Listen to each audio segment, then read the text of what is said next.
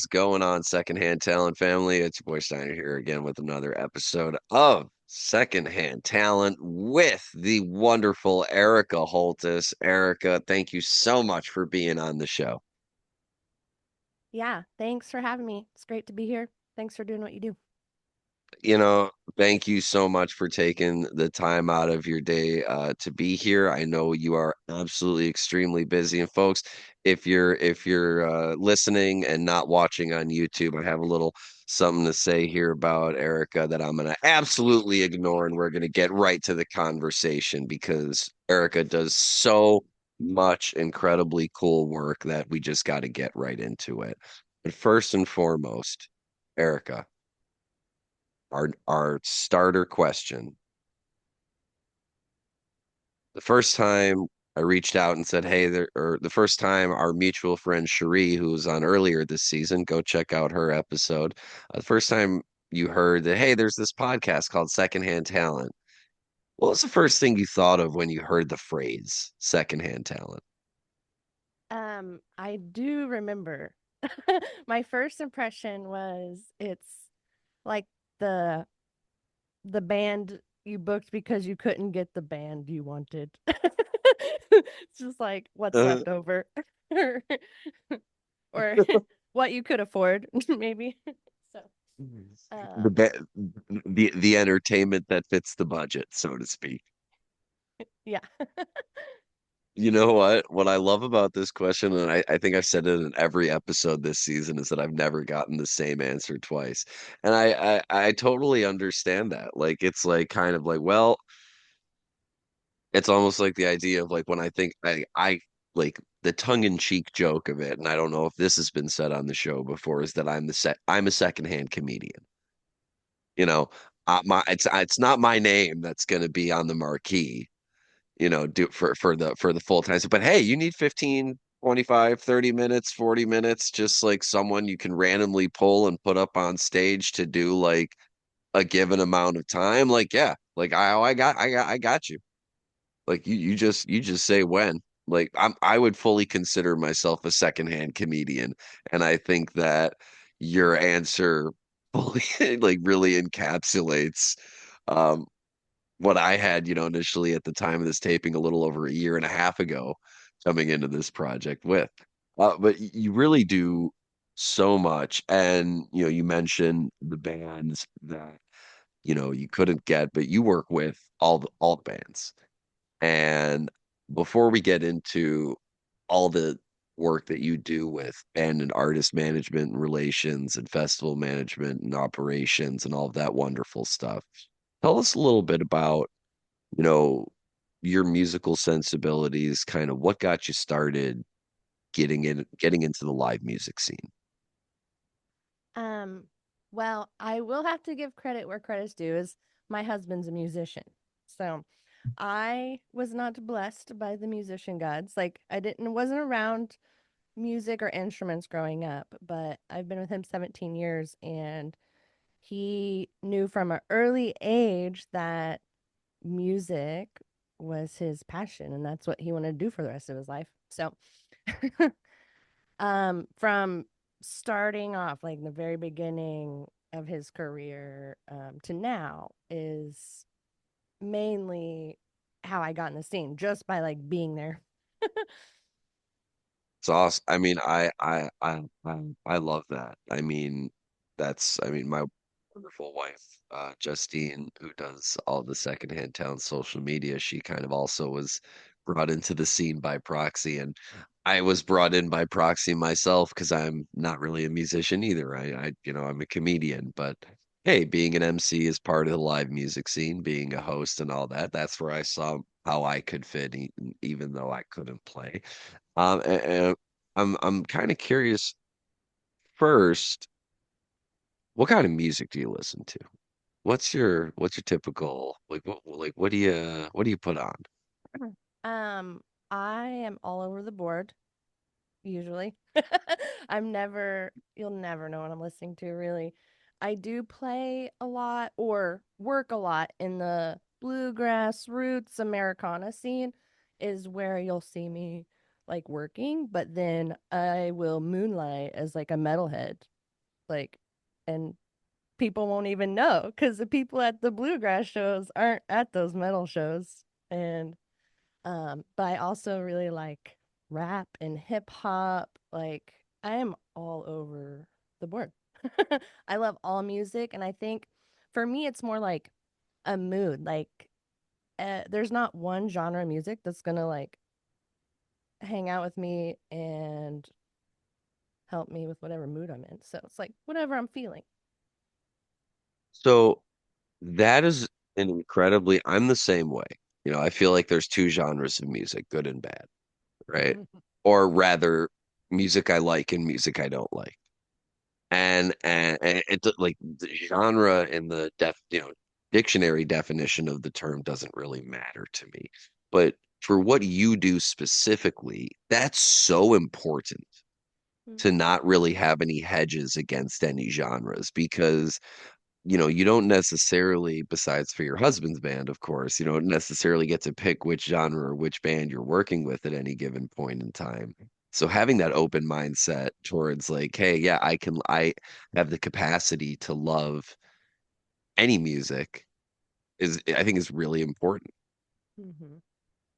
So what was your first foray into the again, kind of into the like the live music scene, not as a musician. Like, what was it that prompted, your assistant? Because, you know, as I mentioned before, Justine, again, shout out to her and all the credit to her.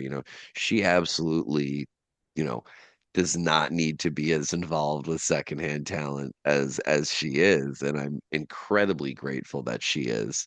But it definitely is an effort on her part, and it's a lot of, extra work that she does, and I'm curious, like what was like the first, couple of things that you started to do that maybe it was to help out your husband's band or something came up that a friend asked, like what was it that kind of got you in the door in that scene?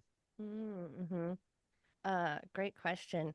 Um, I think, like you said, having a partner that's passionate about project, like you just want to help so much. And I leaned into like what I'm good at anyway. I'm really organized and studious. Like I I joke that I jam the spreadsheets and emails. Yes, I love that. I love uh, that. I love that. I love that. yeah.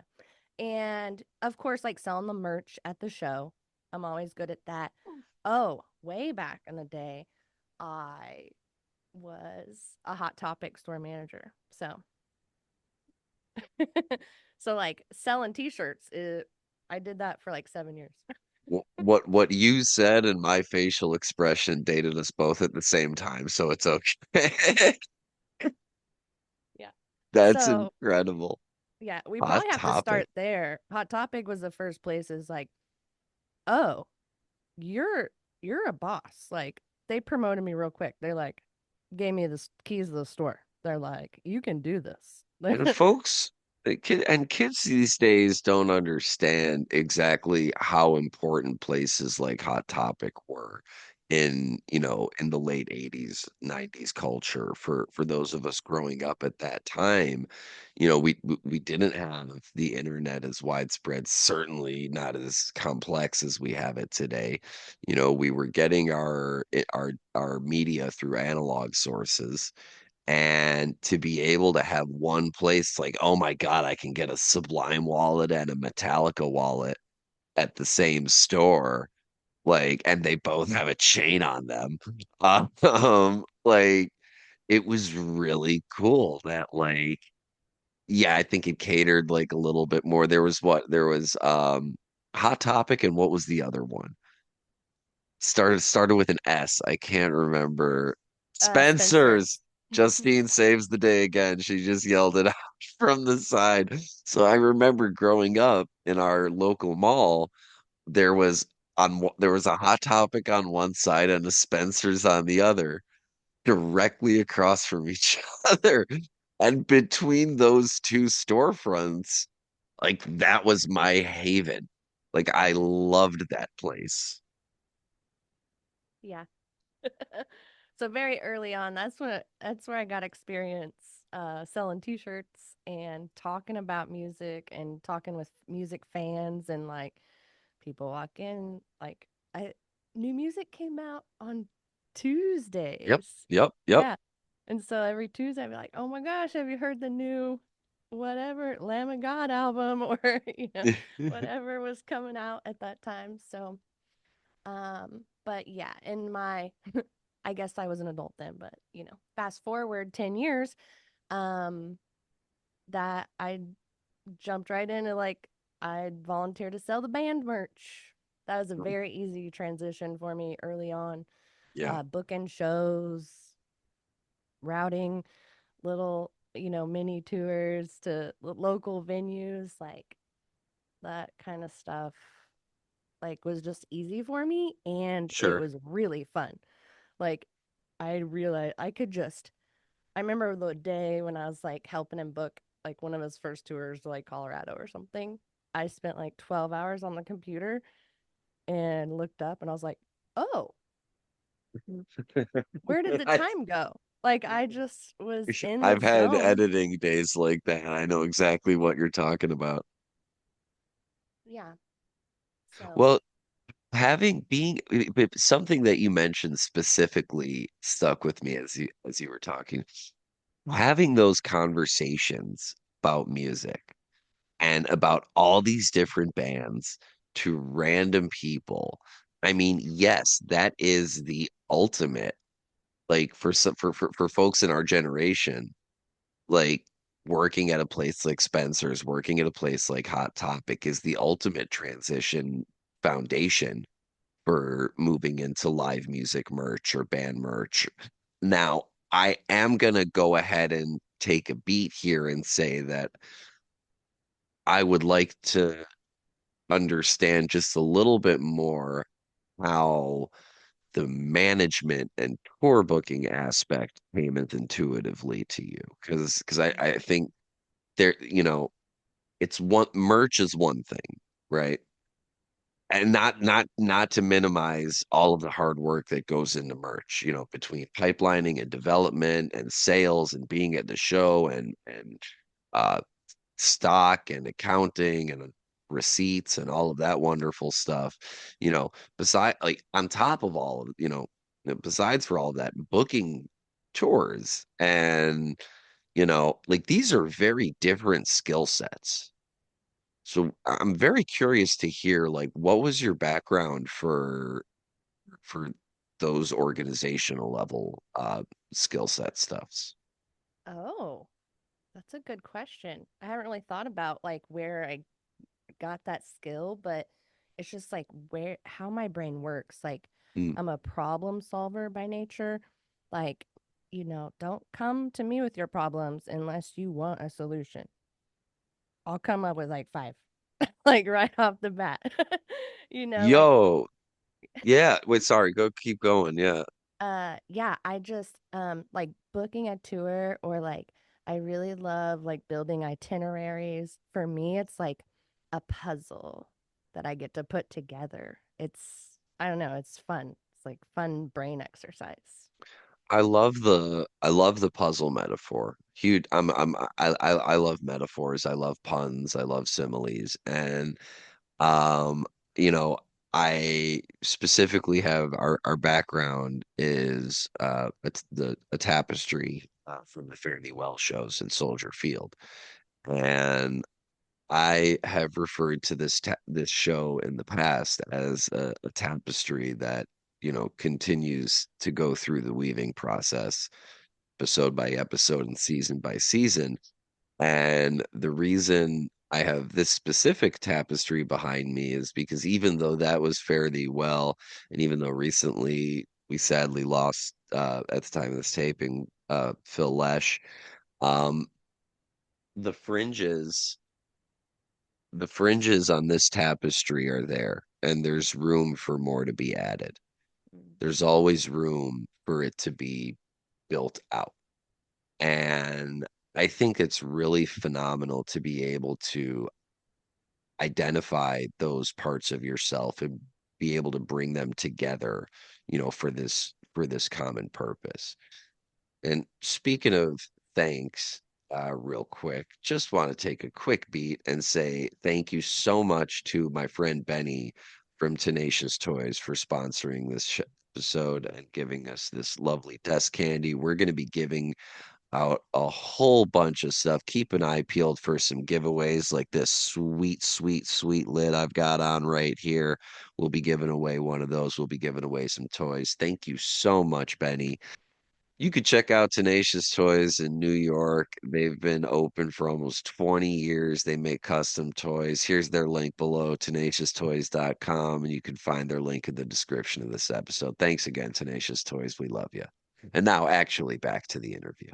So, what are some of the experiences that you've had over your career with what you do? Well, first of all, tell us what are some of the things that you do the most in your career as you over the last 10, 15 years Mm. Mhm. outside of merch sales? We know selling merch, but like what else, what are some of the other things shenanigans you've involved yourself with? Um, I'm usually gonna be working artist hospitality and taking care of the bands at an event. Any event I'm at, I'm gonna be serving in that role. Usually, that's where you're gonna want me in a festival. Um, So why is that why is that your space, artist hospitality? That because that's a very specific niche within, within a niche within a niche within the industry. mm, Artist hospitality. What about that specifically? And that's not actually something we've really covered on this show before. So this is kind of groundbreaking in that sense. What is it about? Well, first of all, what is artist hospitality? For our oh, general listeners and audience, like what does that mean when we say artist hospitality? yes. So artist hospitality is going to be taking care of their basic needs while they're on site, like making sure they get food, drinks, water, um, and then sometimes lodging and transportation. So just making sure their time on site is great from the time they arrive to the time they leave. And I will say it also starts before they get there with communication because that makes a world of difference to communicate everything very clearly and fully before they even arrive. They're already set up for like, oh, they're taking care of stuff. They're going to take care of me. We're having a good time. So key because a happy performer makes a good performance, right? And if the artist is happy, then the performance is good and the audience is happy. But, I just want to like drop in on one note on the note that you added about communication and about how it starts before the event itself. We kind of have a joke amongst, our friend group over here where it's like, when do you start planning for next year's festival, the day before this year starts, you know, and having and being able to execute that clear communication is not, again, not something that comes naturally to people. It's a skill. It's a skill, and it really takes, we talk a lot on this show and in a lot of the episodes in this season about touring with bands and what it's like on the road and how at the end of the day what the casual fan tends to kind of gloss over. I don't want to say overlook because I think that's a little bit much, but I think what the casual fan tends to gloss over is that those folks on stage are also humans. They're also people. They've also got feelings. They've got emotions. They've got feelings. They've got emotions. They've got their own problems. They're just as complicated as each and every one of us are. And it's not, fair to just expect great live music to happen. There are people like Erica who are essential in that process to facilitate the music, and making sure that the members of whichever band or act or solo artist or whoever it is that Erica's taking care of that day is comfortable, you know, as a human, not as a performer, is what will then go ahead and make the performance great. Mm-hmm. Yeah, totally. I remember the first festival I went to where they took care of the bands. It was not elaborate. It was, I don't even know if there's a tent, but the ladies run the festival. It was her mom just rolled up with some casseroles and like fed all the musicians. And those musicians like would still drop everything to go do that little festival in the middle of nowhere, Arkansas, because they got taken care of. Like You know, it is a skill, but it also can be like so simple just to care for someone. and it's something that we've talked about. Shout out to friend of the show, Blake Shader. Check out his season 3 interview. He runs the Get Down in Portland, which is a venue that takes care of its artists. And we've joked on the show before that sometimes you'll have to choose between $10 and a chicken wing, and you might need $10 to get home, and you can't fly home on a chicken wing. And it's important that venues understand that the audience understands that, like, hey, you know, we're not just paying to go to a show, we're paying to make live music happen. And it has to be acknowledged like or as such on all fronts. Like where it's part of a collective effort. Now, this is not to say that, sky high ticket prices should be as such. I don't think that's the case. And I think the fees are ridiculous. But like if a venue is going to take care or a festival is going to take care of their artists and put in the effort on their end to making sure that their artists are taken care of. In my opinion, that knowledge makes it worth it to spend a little bit more to go to that festival or event. Absolutely. We've totally rolled up to those events where they don't even have water at the stage. The bare necessities. I mean, really, like at that point, like what are we even doing here? Or I mean, and I've seen it as well, where it's the same case of water that was on stage yesterday that's been out in the 110-degree heat. You're like surprised that the plastic isn't thinner than the water at this point. And how is this even possible?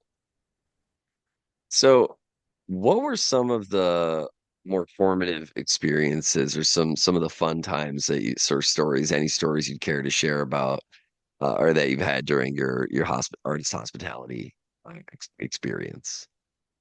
Um, yeah, I will. I'll talk about my favorite event I work on every year, and that's Hillberry. It is in Eureka Springs, Arkansas, um, at a location called the Farm. So anyone hasn't been there, I highly recommend. And also check directions because if you just search farm in Arkansas, you may not get to the right place. There's a chance that could take you to somewhere else. But tell us a little bit more about it. Yeah. I do. I remember the day they called and asked me to do artist hospitality for them. Like I knew what a big job that was. And in our area, Hillberry is like the quintessential like festival. It's like 3,500 people. Like it is like the festival here in Northwest Arkansas where we're from. And they're just a great team. The Deadhead Productions puts it on, and Nice. They just slay like everything. They're like really organized, like their production, like the lights and the sound is always like top notch, and it's just such an honor to work on their team. I could talk about them all day long. But so it was a great opportunity for me, and also just like very fulfilling. Um it was the first time I got to work more closely with like national touring acts, which is a big deal in artist hospitality. And the first time I started, I had to add like not only just like feeding the bands and making sure they have water, like I also have to make sure they have a private green room with a restaurant, like all these very specific things. So it's been a learning experience and super rewarding and fulfilling at the same time to, some of the my favorite times were this year, an artist, a national touring act, like called me out by name from stage. Like, thank you, Erica, for taking care of us while we're here. Wow. That okay, hold on. Now that's see now that's pretty awesome to get that recognition from the stage for being like the hospitality manager, to have the band go like thank by name, thanks Erica for taking care of us this weekend. Like that's got to feel pretty incredible. Mm-hmm. Yeah, it yeah, it was like I'm still like getting all like bashful and like like oh my gosh. And then there's like the little things too, like the the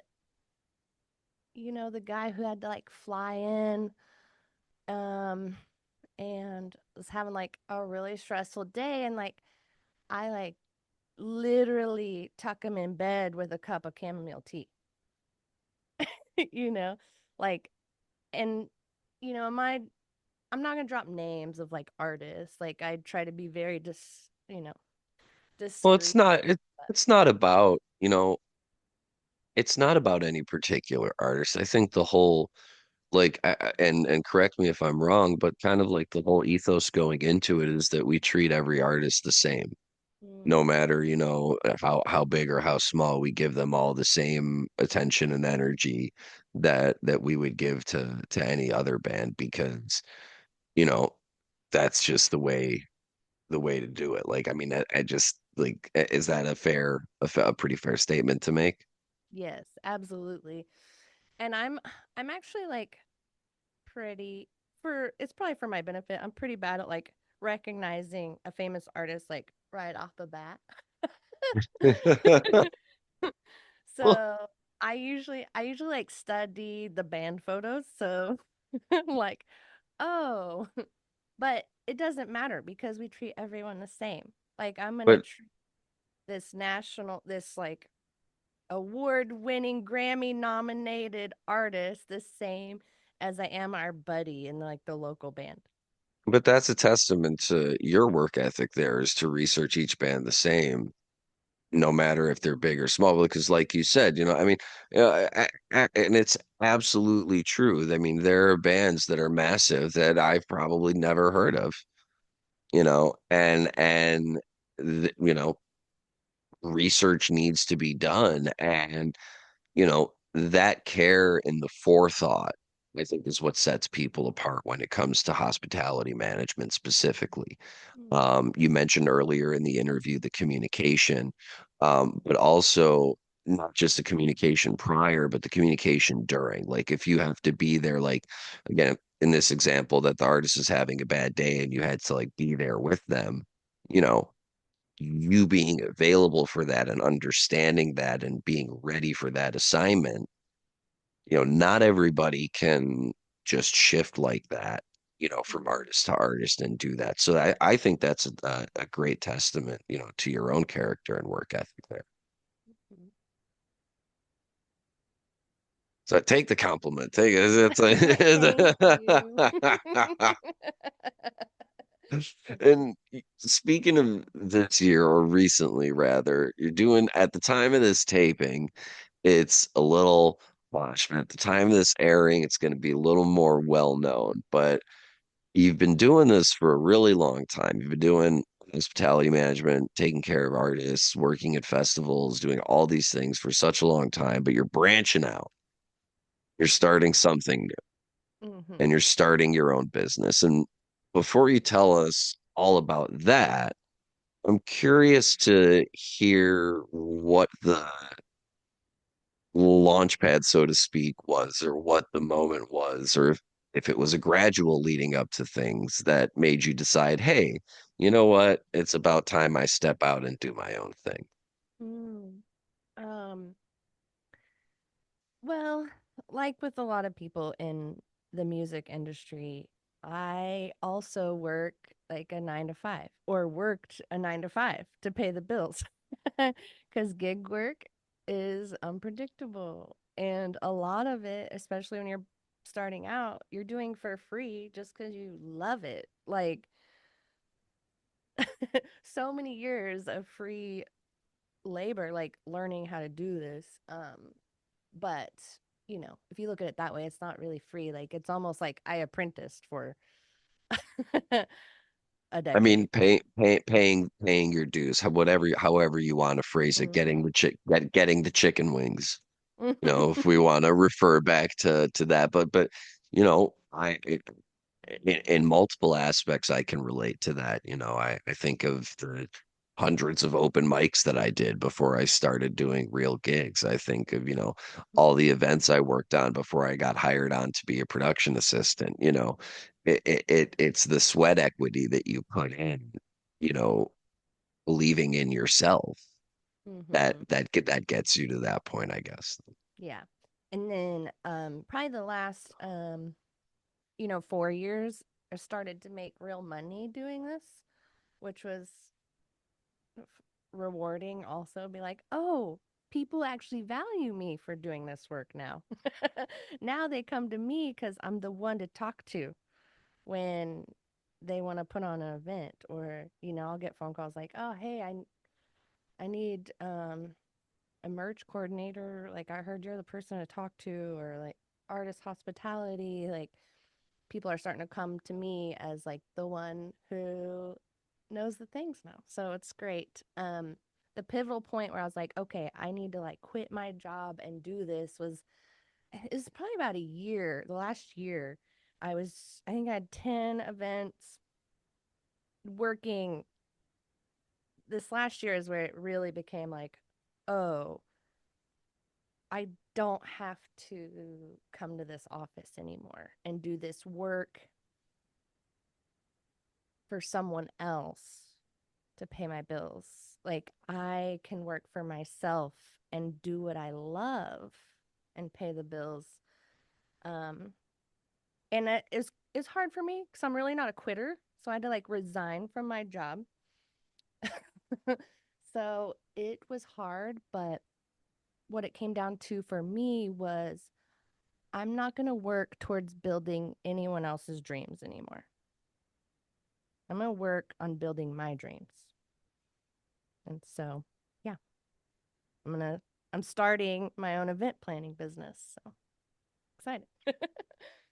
You know, it's first of all, I don't think, in my personal opinion, I don't think I understand where you're coming from, where I'm not a quitter either. I don't quit jobs. Like I don't, just walk away from something. It's very difficult for me. Not because I can't, but because I like to see things through and I like to do like I like to work and I like to do a good job. But at the same time, you're making money doing it, right? And it's being established as a stream of income. But more so than that, and this is a theme that we keep on coming back to with in the show overall, but specifically this season, about being the person that gets the call Mm. and being the person that is, like for example, our mutual friend, the wonderful Cherie Tucker, who I interviewed earlier this season, said to me, "Hey, you got to interview Erica. She's awesome. She's that one." So even from other angles, like that energy just gets translated out and put out, and it can't be understated how important it is to be the one to that people want to call. Like who you gonna call? And instead of Ghostbusters, it's Erica. Like to me, that is a massive vote in your favor for the people in the industry around you. And I laud you for taking the step to start your own event planning business. I mean, with all the mazel and luck in the world, I mean, I hope it's incredibly successful. And at the time of this airing, links in the description, folks. Check it out. Do you have a name yet for the business? Uh, I just decided on that yesterday, so We're I'll gonna update. keep It'll definitely be linked by the time it'll this be linked airs. below. All right, we'll keep a So pin in that for I now. don't, yeah, I don't want to like go like announce it without, Hmm. I haven't checked to see if the domain's available. There's like some details. So Hey, listen, I totally get it. So let's talk about this just to wind up. So right now, at the time of this taping, we're just about to round out 2024. What big events or shows do you have coming up that you're looking forward to? Any plans for New Year's or anything like that? New Year's, I am probably gonna attend a show. Might do the merch. My husband's playing like the sold out New Year's Roots show in our area at And George's what's in the name of Houston. your husband's band? Front porch, Links in the bluegrass, description, jam brass. folks. Okay, cool. Yeah, you can link it there. It'll be interesting to see what they're up to in April next year. I'm sure they'll have a full tour schedule and everything. They're kind of blowing up. It's good to see all his years of work in the industry paying off too. We're kind of like both like I don't know, like blooming right now. Like fully open, embracing everything that we've been working towards. So it's really a good time for us. So probably do that, and then 2025, I have some festivals on my radar, um, in our area and beyond. Ozark Mountain Music Festival in January. Um, Hillberry, of course, that's in the fall. Pickin' on Picnic is a little closer to you. It's up by St. Louis in St. Clair, Oh, Missouri. sure. Yeah, right on. Yeah. And hopefully halfway to everywhere also. Just like a lot. And hopefully even more. Hope this year I'll be able to Shout do even out, more.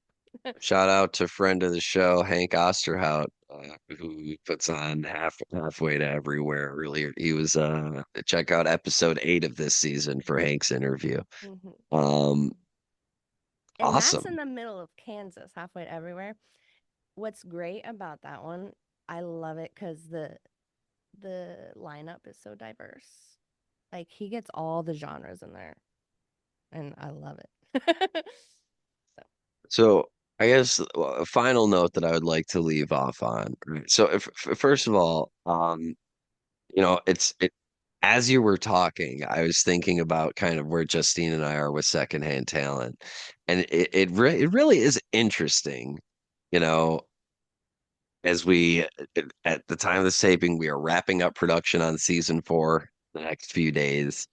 Um, I don't know where the show will be in April when this episode airs. I mean, I'm just as curious to see where secondhand talent is, uh, or will be, just as you are with your business. I think that's pretty awesome. I love goal setting, and I'm just curious to know if you have any specific like for the coming year that you're kind of thinking on like, hey, this is something that I want to accomplish in the first year of the business. mm. I always establish like what I call like MTO goals. So I'll have like minimum, target, and outrageous goals. Um Mm. so like minimum, I'm gonna do one festival a month. Target, I want to be on like two pretty large scale festivals per month. And then outrageous, one of my dream jobs is to be like get asked to go on tour with a band, Mm. like a national touring act. So, tour manager is like I joke that it's like my dream job that nobody wants, but it's something I want. Like I've done so many aspects of the festival scene. Like I want to, yeah, I just know I'd be great at it. It's like a tour manager is like a little mini, not mini, but uh, what are they called? Uh, Any sorry, major words are escaping. Yeah, major, but like a little, like you're planning, like a, dang it, sorry, I like the words escaping me. The people who plan your vacation, what are they called? vacation planners? Well, Well, because because you know how like people who make guitars are luthiers. So I was wondering yeah. like if there's a name for people who make pianos, and it turns out they're just piano makers. Oh, Is interesting. the Yeah. scientific term for that? Yeah. Oh, a travel agent. So like a tour manager is like an in-house like travel agent. Like It sounds like you kind of want to be a mini travel agent there, but working band specific. yes.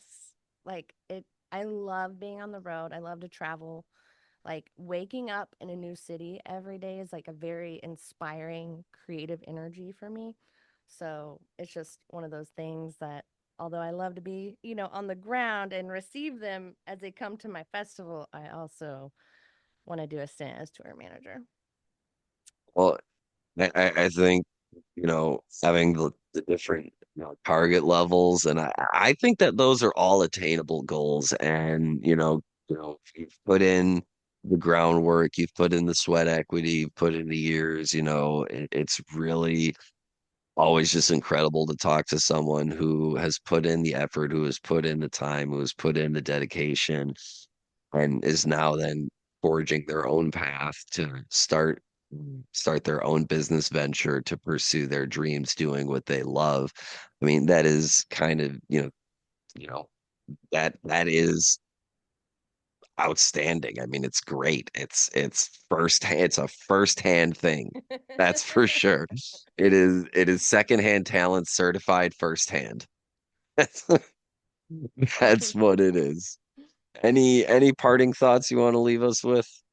um just thank you for conducting this interview. Thank you for running Secondhand Talent and shining a light on the people that shine the lights. I think that's what you say. Cuz you know, I work behind the scenes and we talk about how I take care of the bands. I also take care of the front of house guys. Like they don't get to leave a sound booth for like Yeah. hours and hours. Yeah. Like it's like I bring them their meals. I know how they like their coffee. I bring them, I we got to take care of each other out there, and thanks for shining light. I do see all of the secondhand talent. I see all the people. Like when I go to a show, I just went to one a couple days ago, and I saw the lady pull up with the bags of food for the bands. Like I see you. So Yeah. I thanks for mean, doing what you do. you know, it's really it's for all of the people who work so hard. It's like you, just like all the guests who've been on the show this season, on every season, on future seasons, who work so hard to bring, live music to everyone and provide enjoyable experiences. The least I think we can do is, offer just like a little bit of more gratitude and just or even recognition of those efforts of those people behind the scenes. That when you pass the front of house booth to just, give a nod to the audio guide, say thanks for making the room sound great. Or when you're going through security to say, hey, big man, thanks for keeping us safe today. Like little things like that just go such a long, long way. You don't know what kind of day someone's having. And, especially working with artist hospitality as you do, it's it's it's a flip of the coin what you might be dealing with any given artist, even with the same artist on any given day, because you just don't know. And it's really important to give credit where credit is due for the hard work Mhm. put in to make this stuff happen. Yeah.